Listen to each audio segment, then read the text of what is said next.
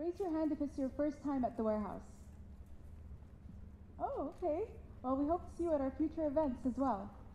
So tonight's talk is titled Emirati Adornment, Tangible and Intangible, based on the Lest We Forget exhibition, which opened last Saturday. So let me just introduce our speakers real quick. We have Dr. Michele Bambling, Creative Director of Lest We Forget, and she's also the curator of this exhibition. And we have Saeed from the National Archive, a research expert from the National Archive. And Dr. Michele Bambling, I will hand over the mic to you to give us a brief explanation of the exhibition.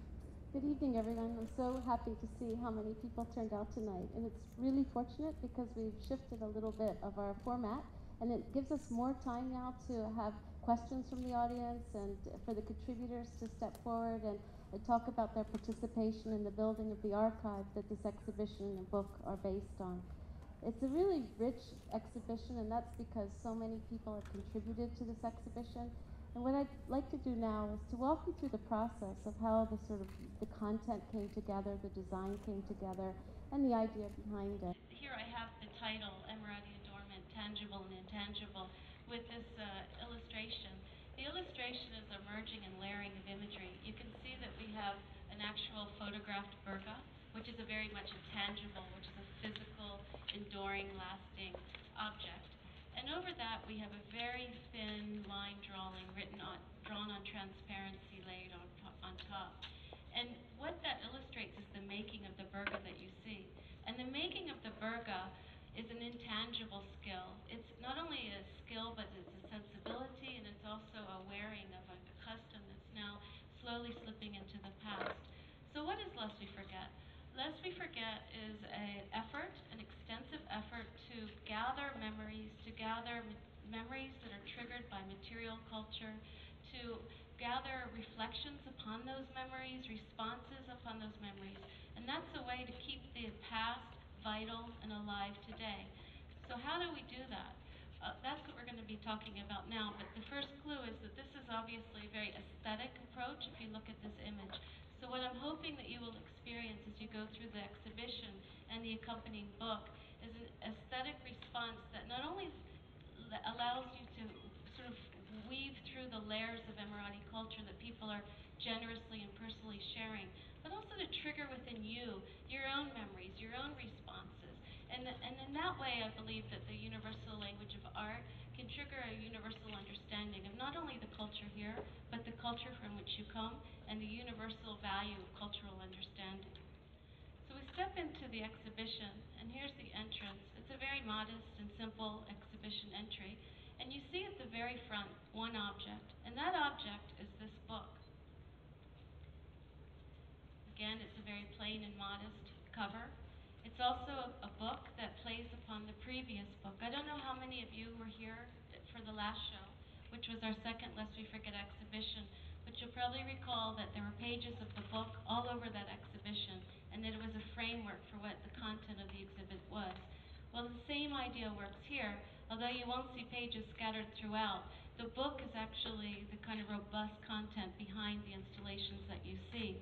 And this time I've placed the book along one wall of the main room when you come in. And again, we like to show our process.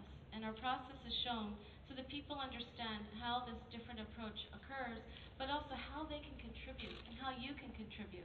So as you page through the book, it's sort of a nostalgic reminiscence upon the old newspapers. Remember in cultures before when you would look at newspapers that were on the wall so that anyone in the public, whether they could afford the paper or not, could come up and see the daily news. Well, in much the same way, you can come to the book and you can leaf through the book and you can see one story that's related to the other stories in the exhibition. So what is tangible and what is intangible, and why is that the theme? Or is that your first question to me? That was going to be my first question, yes. Okay. Here's the accompanying book, okay? And perhaps you get a sense from this photograph that there's something very physical and tangible about this old-fashioned format that we're not reading too much these days, but there's something very ephemeral and very sort of dreamy about the image, like a memory that floats upon it, and that it's not photographed. And what we have in the book is a very high-resolution photograph of an archival item, and then a line drawing that's completely opposite on top. And we'll look at that in a minute. But this contrast is really what I started to think about when I thought about the exhibition. Actually, the idea came up now that I think about it. When we were at the reception in Venice after the Venice Biennale, that was Lest We Forget Structures of Memory in the UAE, I remember the former executive director turned to me and said, "Okay, what's next?" I thought, oh my gosh, we're still looking at the memories that are inspired by houses and urban development. How are we going to think of what's next? But I looked around at the people there and I said, of course I know what's next. It's got to be Emirati Adornment, because the way in which the Emirati people express themselves through their attire and through physical and ephemeral means is fascinating. And I thought it would be a really great way to explore the culture. Just a quick question. So last year's exhibition here at the warehouse was Emirati family photographs, and you went through quite an extensive process trying to collect these photos, and I know that you faced a lot of challenges doing that. Were there challenges when you were collecting adornments and objects? And if so, how were they different or how are they similar from last year's? Okay, so that's a really important question, because it's always our point of departure. How do we gather content? So the concept wasn't readily accessible. I had to explain, what do you mean by tangible and intangible? Well, I was looking for a way to show many modes of Emirati expression, many modes of showing Emirati identity that people choose to show for themselves. It was hard for many women to share their own photographs or to share photographs of people from their past, especially if they were no longer living, because they couldn't ask their consent to share their photographs. So while some women, mostly university-age women, would like to have shared their grandmother's photographs, for example, they didn't feel that they had the permission to do that. But this time I didn't have to ask people, would you share your photograph, male and female? So many more women were able to show things of the female side of themselves, because they didn't have to show their face, for example.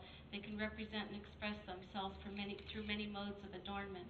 While we're on this topic of sharing, Saeed, I know you contributed to the exhibition as well, and you met with a lot of contributors and sort of helped facilitate this process. How was your experience doing that? And, did you feel that people were quite happy to contribute? Or, were there some challenges for you? So it really depends on who wants to contribute to the process and to the exhibition. And it really depends as well to get in touch with people who would have very old adornments that they kept from their forefathers or their grandmothers or their even great-grandmothers. So it's just to get to know someone, or being lucky to find someone who would have an adornment that they would like to share with the rest of the world. Okay, so back to the subject of tangible and intangible. In the book, over the table of contents, I put this photograph, and we're talking about archives. This is the only photograph that we didn't generate originally for the Lest We Forget archive.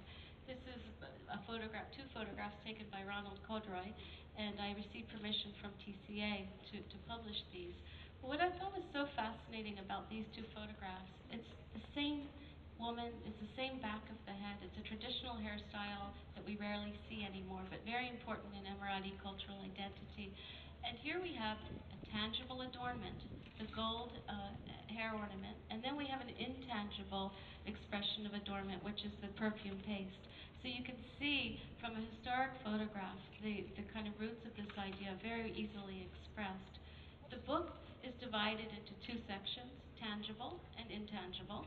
And the exhibition takes those two themes, but doesn't divide them in two sections. They're woven in and out so that people can experience them the way they are in life, which is mixed in and out as a journey. So I want to talk about this stage of the exhibition and the Lest We Forget archival development as kind of a much bigger development and network than I had for the first one. The first one, I think you all may remember if you've seen it before, grew out of a teaching project at Zayed University when I started the idea of collecting family photographs. And this photograph here is one of the first photographs that I was able to include in the research. It's a beautiful photograph, and perhaps that's where the inspiration for Emirati Adornment came, because the image I just keep seeing over and over, and so many people love this image. And then I was able to still work with students, but through my colleagues, my former colleagues at Zayed University have been really supportive, especially Mary Claire Baker this time, who's sitting in the front row, and I hope that we can hear from her. She's teaching with material culture in the UAE, and she helped me with her research methods course as well on a project we started together 2 years ago preparing for this exhibition. And I gave all of her students a moleskin sketchbook that you see here. And Mary Claire spent the entire semester working with her students, asking them to research Emirati adornment through the histories of their own families.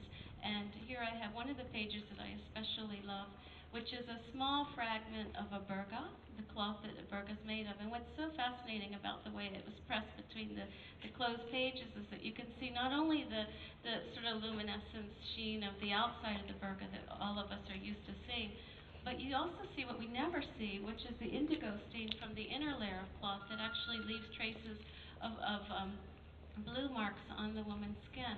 And then a handwritten note, her notes, her actual notes. And she didn't know where that was going to go when she wrote that. And what's wonderful is that so many people shared these tidbits and fragments of information. And through the process of having an internship with many women and working together with my wonderful team, which I hope they'll speak today because they're very talented and they've spent a lot of effort getting to know all of the contributors, we've been able to create works of art from these items. So the last exhibition, I was just working directly with my classmates, but this time I'm working with colleagues to outreach through their students. But I'm also able to do outreach through the Warehouse 421 venue. It's been very important for Lest We Forget to have a home here. We have a recording studio in the back so that anyone walking through an exhibition who feels inclined to share can knock on the door and say, "Hi, I have something I'd like to show you. Would you be interested? I know a story from the past. Would you like to hear it?" And we're so excited when that happens because inevitably it leads to another link and another connection through the society.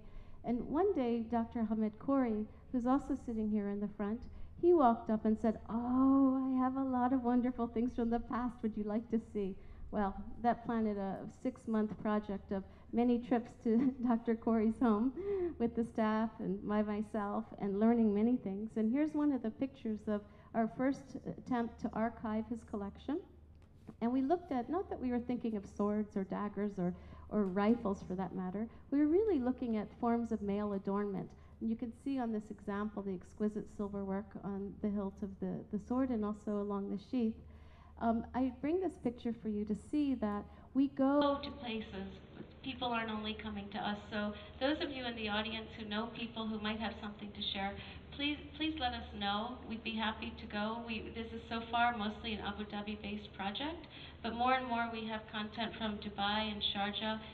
The future, we're trying to go further afield to cover more and more of the Emirates. Yeah, and what's beautiful about the Lest We Forget initiative and its exhibitions is that it's very much dependent on the community's contribution.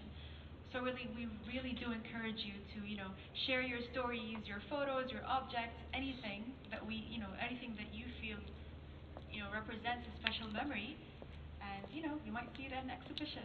And this is a good point for Saeed to chime in because Saeed started helping us maybe in October or November when we had pretty much depleted our immediate resources. And Saeed has a very important website in this country where he reaches out to many, many people. He has a deep interest in traditional heritage and culture. And he was kind and generous to bring us a number of the very interesting old items in our book. Maybe Saeed would like to talk about that. I did bring some, by the way, for you to see later. Something from your grandmother is coming along. Okay, so basically I contacted people that I know and to try and get some adornments from, from people that they know or from their own families. And just like Dr. Michele mentioned, one of the adornments we got a chance to photograph and display here in the exhibition is my great-great-grandmother's jewelry. And what Lest We Forget is about is to link a certain adornment with a special memory. And the story is about when my great-great-grandmother went to Hajj, to Mecca. And back then they used to go on camels and all of that. So she actually passed away in Saudi Arabia, and so the only remaining piece that really, from her were actually this piece of jewelry. So it's just to share the story with the rest of the nation, and to display this type of jewelry for all of for everyone to see is an honor. And then we have Ahmed al-Bahri's great grandmother. She also they have a burqa which has gold ornaments on the top of the forehead, which is more than 90 years old.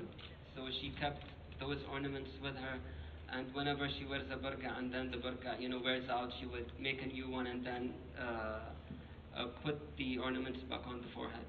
So there's just a lot of adornments that are very, very valuable, very old, and some of them are displayed in the book, and the others are displayed in the exhibition. Yeah, that's the one.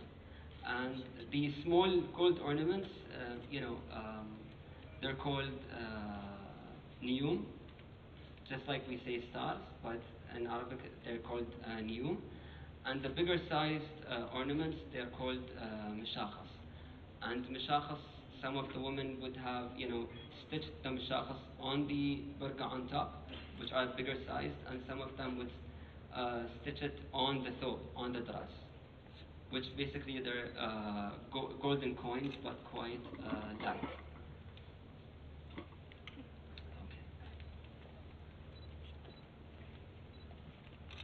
So we're continuing now into some of the pieces that you'll see in the exhibition. Now you have a background of how some of the research happened and how the collecting happened. So here we have two pieces side by side, a traditional Emirati Maraya necklace, and then we have a sketchbook. So we do a lot of research with university students. With the Zayed University, we usually are fortunate enough to have for 7 weeks intern, up to 5 interns all day long. And this summer we had an intern from the University of Edinburgh. She spent the whole summer with us, and she was a visual arts student. And she began to take a moleskin sketchbook, and she began to sketch the different pieces of jewelry that came into the collection. She found that by transferring what she saw in 3D, in gold and splendid colors, into black and white, she was able to really look at the structure of these pieces and understand from close observation how they were worn and their different sizes and lengths, and was able to explore the memories and stories by slowly drawing them. And inside the first room, you'll begin to see a whole series of these. And I would like to say something about the gold in the first room. We're planning on having a rotation in the late spring, and we hope that other people will come forward with other pieces of jewelry so that we can rotate them. And when you take your mobile phone and you look at those pieces and dial in the app, you'll be able to hear the stories that people shared behind the pieces. So it's quite interactive. Saeed, was there anything you noticed when looking at all these different pieces of jewelry? Does a certain piece tell you something about the time in which it was worn? I know we had a lot of discussions about this. So you can actually sometimes get to know, when you look at a certain piece, you can get to know whether it was, old, whether it was, made new, and all of the certain details. You have jewelry pieces which, for example, would have pearls, and if you would see like an equal sized pearls, you will definitely know that it's a cultural pearl, not an original. Otherwise, like the original pearls would be different sized and not very circular, for example. Just to follow up with that, to see what Saeed's talking about, we have one part of the installation dedicated to the tangible adornment of pearls, and you can see the irregular shaped pearls versus the round, perfectly shaped cultured pearls when you go through there. We also have a film in there. It's something I'd like to mention when you go through.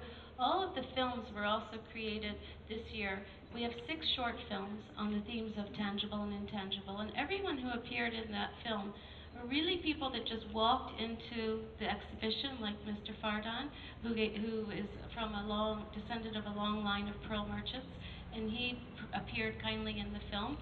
Back to the idea of collaboration, the films were made in collaboration with locally based Imagination, and many of the people that are in the films were also brought to us through the interns. Here's another example of how we use the archive. I'd like to say that something unique about the Lest We Forget archive is that we not only gather objects and we archive them digitally. It's strictly a digital archive. We are not the custodians of these pieces except for the duration of the exhibition. But we also learn from them, and we try to create artworks in response to them. And who's creating these works? Mostly young, college-age Emirati people. Therefore, they are creating very contemporary artworks because it's not only an expression of what inspires them from the past, but it's really an expression of their own taste, of their own period. It's a contemporary work of art. So here we see a thobe and a bisht that were contributed by one of our interns. And we started to archive them and were asking her a lot of questions, and she said, you know, when I was looking for this, I found other garments. When my eldest sister got married 20 years ago, everyone in the family wore such interesting clothing, such different clothing than now. So she brought them in, and we began to archive them, and then we started thinking, ooh, it's a family portrait. Wouldn't it be interesting to create a contemporary sculpture from this? So what we did was we reached out into the community, and we found out there was a woman who had her own fashion design company, a spouse at NYU, as it turns out, and she was kind enough to give us a workshop.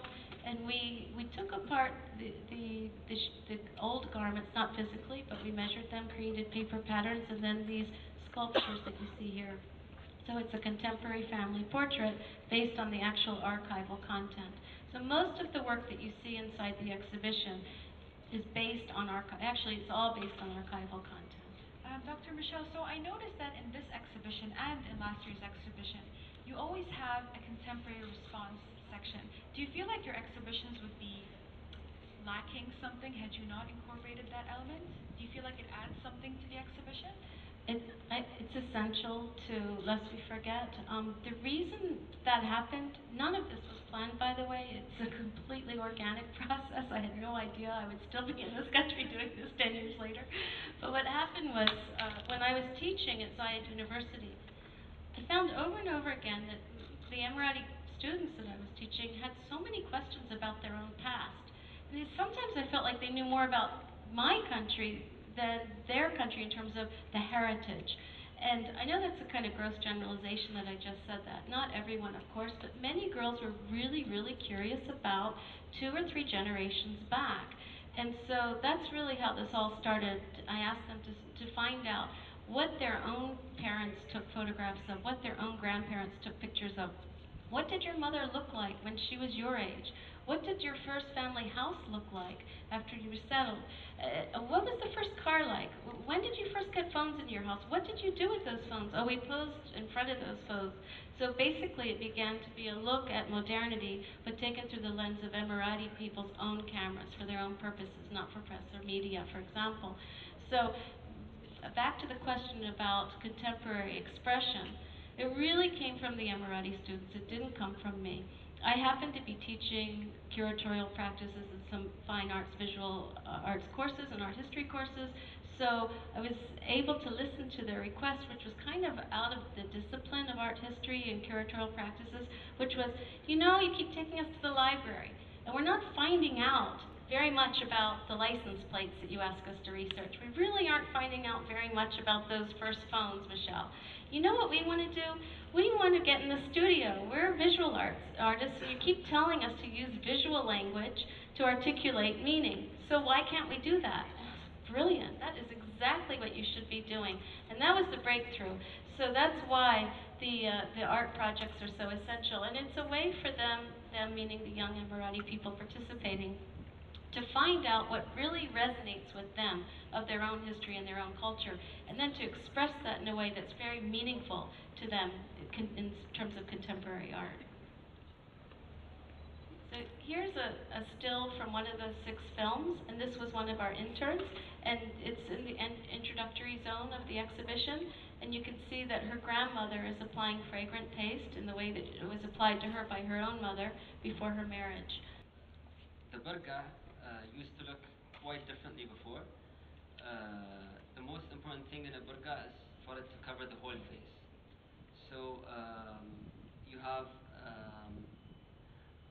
the saif, the sword, al-yabha, the forehead, and then al-burqa kamil.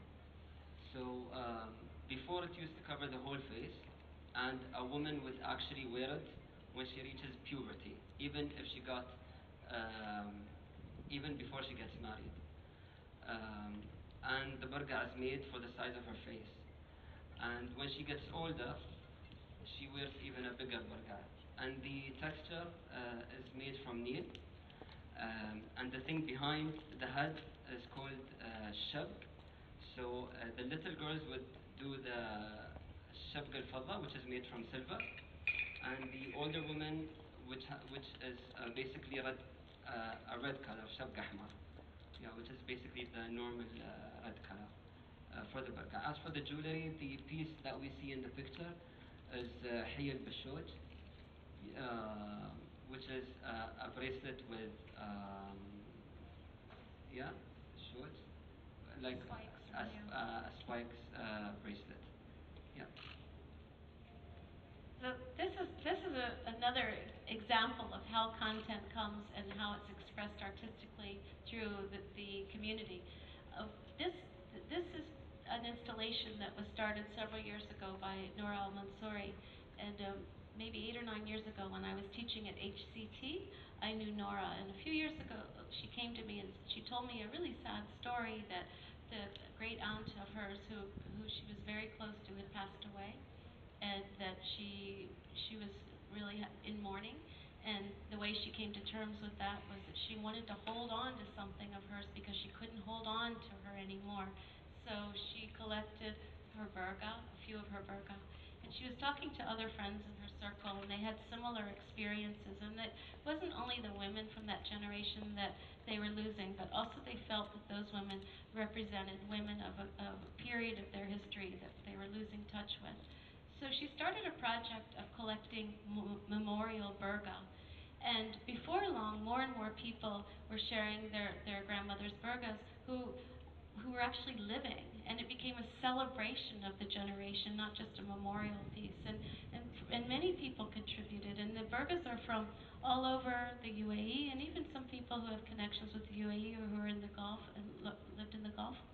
And then Noura asked them to share some phrase that really sort of encapsulated the spirit of the person. And so she put together this installation that you see here. At the top you can see that it began with the archive.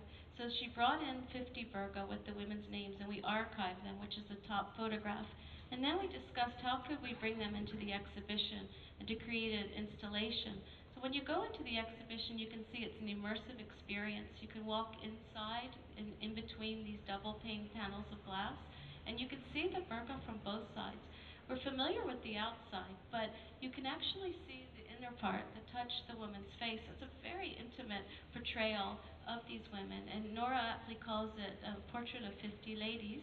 And it's not just for women, it was also the men. Many of her male friends as well contributed. And Saeed is one of the contributors to this project. Maybe you want to tell them. So basically, I got 2 burqas from both of my grandmothers. And one of them, you see the fourth line from the right, the third to the bottom, the big reddish burqa. My grandmother actually made it when my grandfather passed away. So basically, women now wouldn't normally wear a big burqa that covers the whole face, but when her husband passes away, she covers the whole face. So she made this burqa especially after my grandfather passed away, for it to cover the whole face. Now what we're doing with this exhibition that's different than the previous, we used to keep our archive in our studio, but this time I thought it'd be great to move it out. And so you can see here that we have an archival space for anyone to walk up to and to contribute. And it's also very interactive. You might see a familiar game here at the end. So this is a game we had in our last exhibition where we tried to share with the visitors all of the different photographs that we had archived. And we did that by subject, location, and decade. And you could place the card onto the screen, and all of the images that were tagged to those subjects would come forward, and you could start to manipulate, play, and cross-compare. This time we are sharing objects, which is a big difference from the previous show in terms of its subsequent development of the archive. So before, while we were simply archiving two-dimensional photographs, now, as you can see, it's all sorts of objects. So those photographs come forth, and we're archiving the contemporary art that we're making. And we changed the cards this time so that they are intangible and tangible. I hope you go play that game. We are fortunate to have a wonderful Phase 1 camera, which can take very powerful and high-resolution photographs. Underneath it, we have a obscure and interesting form of Emirati adornment in a small framed case. And it's a very small necklace that Bedouin women used to make for their babies sometimes, and it's stuffed with fragrant dried herbs and fragrant leaves, and they would wrap it around their neck to support their neck, to pacify them from the fragrant smell, to protect them. And in the back you see 4 cases. So loop back into my colleague Mary Claire, and she worked with her students with the sketchbooks, with the moleskin books that I've mentioned before. So at the end of her semester, she asked all those students to create a still life photograph, and photographed the narrative that they built around these objects. So you'll see we have the photographs in the back of each of those cases, and a select few items that they photographed. And then again, with your mobile app, you can listen to the stories that they explain, the oral histories around the way in which they put together all these different fragments of their family personal history. We plan through the duration of the exhibition to rotate these through the 20-some projects that Mary Claire has developed, but also what other people may bring forward. In fact, today we gave a tour to students of HCT, and one student asked if she could develop one for her project, and she brought a pair of earrings with her today to archive. So we really want you to see that the archival process is open to the public. It's a very transparent process, and you can share what you feel like and would like to share. And the burgers, of course, are in the back. During this process of collecting, now Said, I know at the National Archives you're more used to like a technical approach. Being involved with Lest You Forget, what was something that you noticed something different in our process? You know, basically the archives, you know, have documents and books. We do not keep any adornments or artifacts in the National Archives. But you know, working with you know, أستاذة and with Michele on Lest You Forget, me as a National Archive employee is more open and involved with the heritage, which the archives do not really. We do have an oral history department with you know, 5 or 6 employees, but the National Archives is more derived towards, you know, documenting history and keeping and reserving documents. So we don't really, you know, work with heritage or you know, traditions. So, you know, shifting from, you know, history and documents to heritage and all of that is a good experience for me. Yeah. Okay. So I'll speed up a little bit here because we've covered some of the topics, but I just thought it'd be nice to show you what this book is about, because our books are not an exhibition catalog. You won't see the artwork that you see made inside the exhibition in this catalog. This really is a catalog of our archival content, and it's an artist's book. It's designed to be an aesthetic experience, just like our previous book. To be explored intuitively, you can look at one story or you can look at the series of stories. So the structure of this book is that we have an archival photograph on one side of the spread, the left side. And that is a very high definition, factual photograph of what the object looks like in color. And then you have juxtaposed on top of it a line drawing that illustrates not what you see in the photograph, but what's in the mind of the contributor. It's a memory image. It's an image that's illustrated as a contour line that evokes this kind of experience of trying to relate the memory to the object that it triggers. And then on the opposite page, you see the oral history that the contributor shared. And when you turn the page, that transparent illustration folds over the text. So reading the text through the image also enriches the narrative experience of reading that story. Okay, so what we had thought about tonight was I was going to share just a few tangible and a few intangible images, and Dr. Aisha was going to respond in terms of giving the historic background, while Lest We Forget was providing the very personal story that goes with these objects. So we'll continue to do that. This is a photograph that was brought into the archive by a contributor, someone who came to the last exhibit one day, walked in about 6 o'clock or 7 o'clock at night and said, "I have a photograph on my grandfather's wall. Would you like to see it?" And so she brought in the frame, and here it is. And we talked to her uncle, and we have the personal story on this side, but then we have the story that's historic, that belongs to everyone, which is the father of the nation, Sheikh Zayed. Saeed, maybe Saeed would be able to tell you about all the different accoutrements of male attire, the sticks, the sword, the gutra, all of the parts. Maybe something you could respond to. I might switch to Arabic just in order to talk about the different artifacts in the picture. I'll do my best to do it in English. If I stumble, I'll switch to Arabic.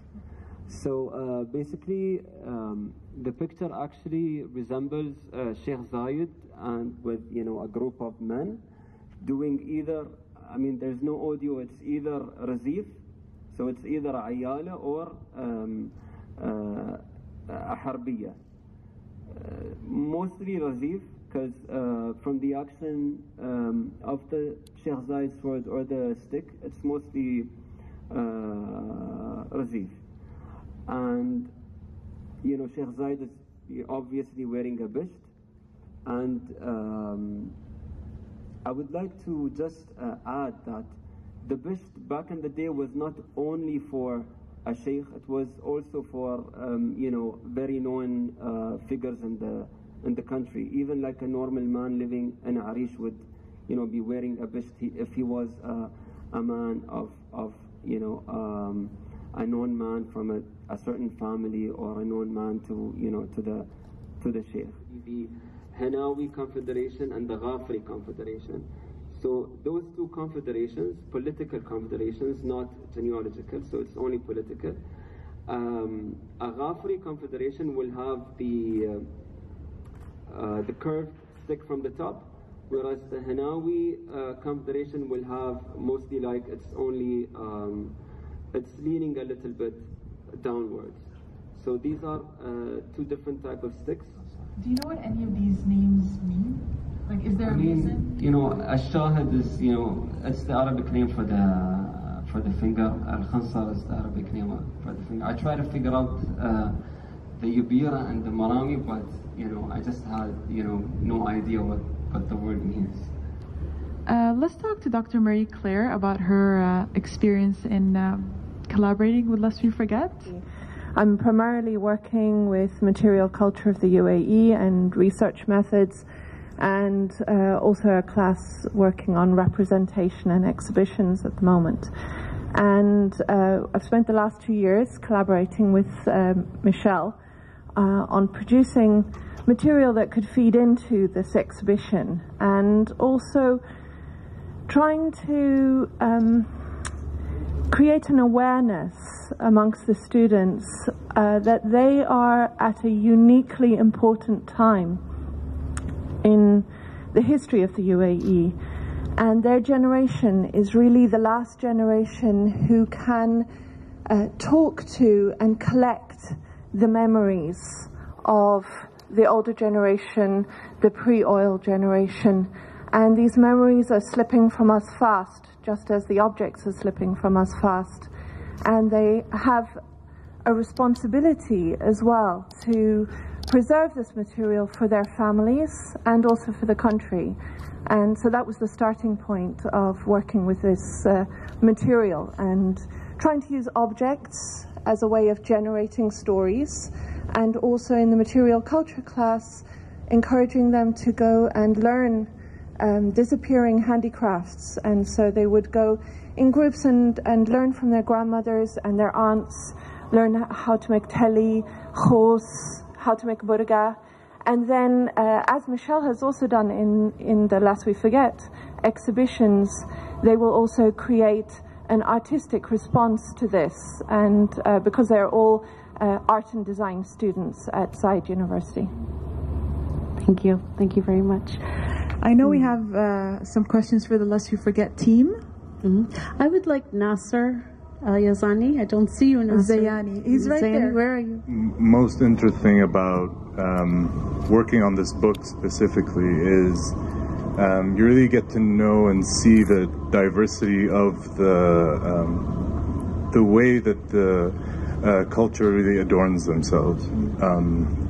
And it's a very diverse culture, and I think that's one of the reasons that makes it such a powerful exhibition, is because you see so many different ways that you can really dress your body. And what I liked most about working on this project was really connecting the image that you see in the book or in the exhibition when you look through the showcases to the personal memories that these pieces hold. And I think, you know, being a part of that process really teaches you something about where you are and the people that you meet. The bedrooms are filled, even the stairs. We hear that there are complaints in your house because of how... Yes, there are. Yeah. There are. They don't want the items back if you talk to his daughters and wives. There are, but what to do? I mean, if you like something, you keep on collecting, and I hope it will be to the benefit of the society. Thank you. Thank you. The Hamawi and Gharfi confederations, could you explain, like, the sticks? Of course, you told us about the shape, but what were those confederations themselves? I think I should turn the mic to Dr. Frauke here. She'll tell you more about it. It's basically, it's just two political confederations, and each confederation has a number of tribes in the region, and basically it was after the Ya'arib era. Yes, to keep it short. Yeah, it was actually the split or the schism originated in Oman, as you said, the Ya'arib dynasty, 18th century, and there was a discussion of who would become the next leader of all the tribes in Oman, and at that time he was actually wouldn't have been called Sultan, he was an Imam, and he would have to be elected by the elders of all the tribes. Anyway, and they miscarried the election, and there was a big schism, and some tribes supported one candidate and the other tribe supported another candidate. And from then on, all the tribes really in the entire region continued to find that they want to be together with that group of tribes and the other group of the tribes. And as it plays out in the United Arab Emirates, it plays out that, for instance, Abu Dhabi's tribes, all the Baniyas, and Dubai's tribes are all Henawi, and many of the tribes and others in the north are also Henawi, and many of the tribes from Sharjah northwards are Ghafari. And it later also played out in the relationship, for instance, with the Saudi dynasty and so on. So it has been in the past a very important political division. Now, is there any like recycling in the jewelry that you have found, that maybe older pieces of jewelry have been repurposed in newer versions? The silver was often melted down. Also, it's very interesting that women would wear their jewelry. That's part of the piece that we show here, from head all the way to toe, for safekeeping and for a number of reasons. But the silver, after a lady passed, often it was either passed down or reconstituted after being melted down. That's one reason why we don't have a lot of the old silver still, and it's continually reworked. It's actually reworked from its source, because it began as a Mary Teresa thaler coin, which had its own monetary value, but a high percentage, 90-something% of silver. And so that currency was also melted down to make jewelry, so it kept its value. Very rarely where a woman would actually melt her gold and, produce it into another piece. It would rarely happen. You mentioned that it's replaced, it's worn, and then maybe discarded or kept, and then there'll be a new one that they'll make and wear. And I'm also curious about the indigo. If you could talk about where the indigo comes from. Is that an indigenous plant here, or was it something that was part of the trade? Okay, so when a woman makes the burqa, she actually wear it until it wears out. So when it's not really, when it looks very old, or it's not really suitable to wear anymore, so she'll make a new one. And some women would have actually, wear two burqas, and wear one and keep one. And the material is called denil. I'm not really sure where they get them from, maybe from India, but personally I'm not sure. Yes, thank you for this wonderful evening. When I came to the opening of the exhibition, I was very struck by the burqa exhibition. The way you did it to show both sides of the burqa is important, as you said, showing the story. But one of the effects of that is that it became an opportunity for people to do selfies through the book, which I thought was rather amusing as well. And as we have less and less people wearing burqas today, I thought that was quite a clever thing. Was that intentional or not really? Because I noticed you had the burqas positioned at different heights for sort of small people and taller people and middle-sized people. But I thought it's an interesting way. It would almost be worth filming or photographing a record of some of the visitors who come, who then pose behind the different burqas, and even inviting some relatives and the people who originally donated them and their daughters or granddaughters to pose behind those with pictures, in front of their grandmother's burqas would be great. Thank you. So one of our subtexts is interactive installations, and we really seek engagement with the community from all ages. So you'll see that was something we had hoped people would enjoy and become involved in and relate to. But also we have a flip book that shows the henna from both sides, and it's at a low table. Again, the burqas were installed at eye level, right? And then the low table is for stamping as well. So there are all sorts of, even the animations that show the application of henna, they go on in yellow, and then it fades, and then it becomes henna, which is the red that you see behind. But we have plasters there of hands, hoping that people will put their hands under it and then make a film with their cameras of that process. So there are all sorts of subtle ways, maybe not so subtle, that try to engage people, especially young people, to come out and see the exhibition and then help us build the rotation. What I loved about the burqa installation is that everyone was taking selfies, older people, younger people, men, women. I know the group from HCT today, it was a group of female students, graphic design students, and they had their professor who was male, and of course he posed with the burqa, and they all just had a blast. So I just love how, I love how interactive that was, and yeah, it's just pretty cool.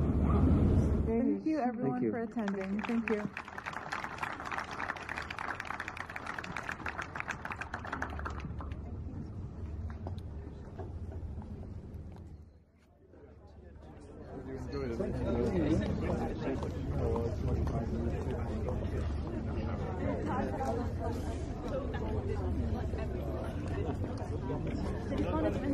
Yeah, that's a good thing. Yeah. So what is a